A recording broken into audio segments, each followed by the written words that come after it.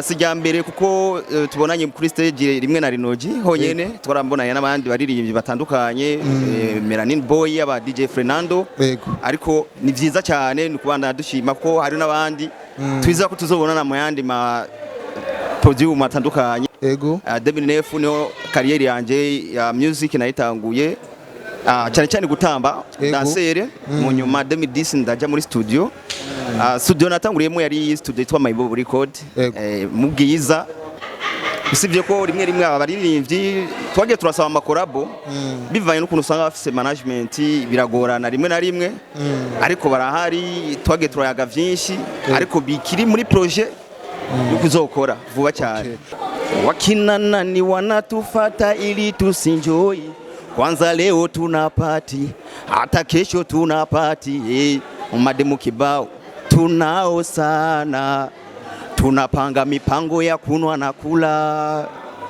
kwenye klabu tunawasha moto moto. King's Family Burundi.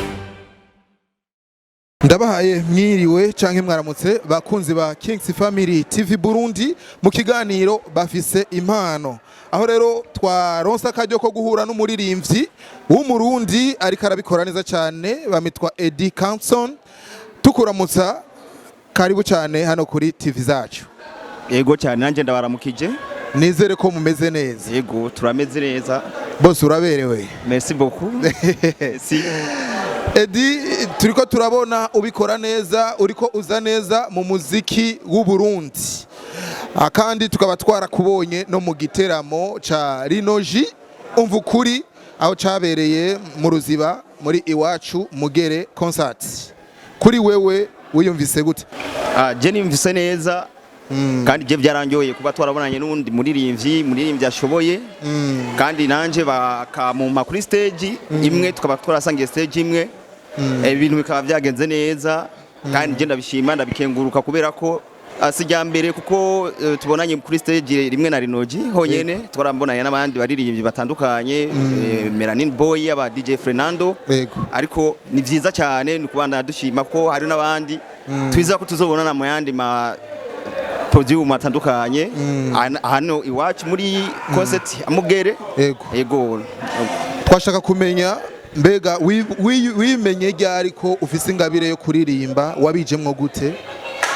Murakoze hanyuma jewe nagiye kumenya ko mfise impano muri 2009 2009 niho career yanje ya music nayitanguye cyane cyane gutamba dansere mu nyuma 2010 ndaja muri studio natanguriyemo yari studio yitwa My Bob Record mu Bwiza ibikorwa byanje gushika uno munsi ndacyabikora nkuko no munsi bashobora kunuma ko mu concert atandukanye nuko nizahe ntambamye kuva utangura umuziki gushika uno munsi uhura nazo.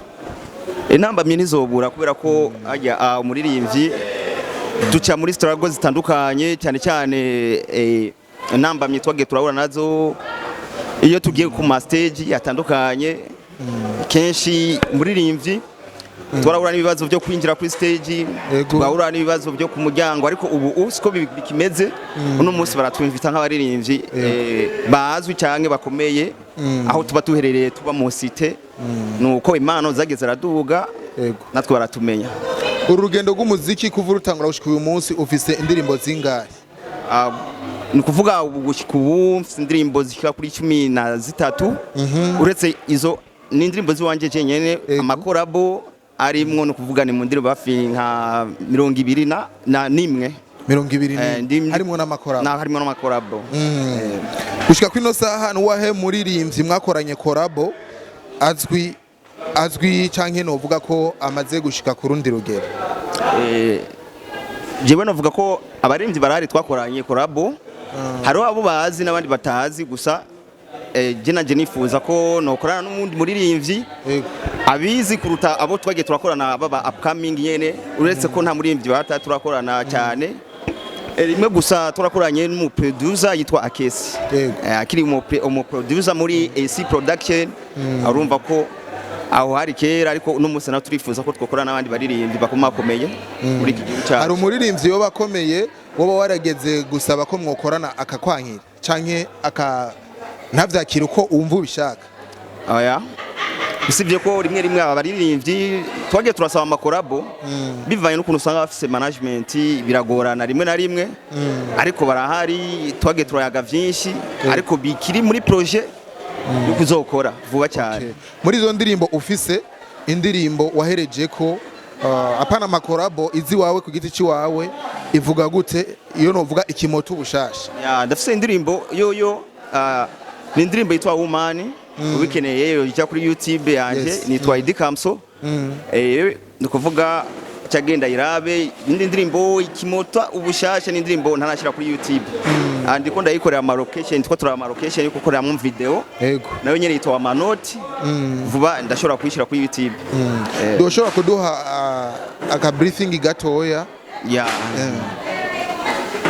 ni kuvuga song yanje wa manoti vuba muyitegurire abangabangiye kubakora nani igipande cyayo wakinana ni wanatufata ili tusinjoi kwanza leo tuna party hata kesho tuna party umademu kibao tunao sana tunapanga mipango ya kunwa na kula kwenye klabu tunawasha moto moto imuhira na vyo gusaba uruhusha tunakunywa pombe pombe pombe tunavuta shisha ndo hiyo indirimbo nziza cyane mbega ahiwanyu ahiwacu mu Ruziba indirimbo zawe bazakira gute?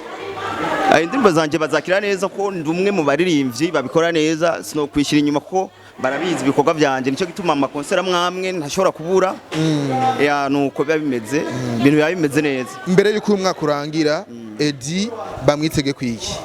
Mbere yuko umwaka urangira ni gukora kwanza amashow menshi no gukora amakorabo nakivuze mu bintu biri muri project yanje no gukora cyane cyane umuntu yivuye inyuma mukora izi ndirimbo ko projet ni nyinshi umuntu abategezwa gukora.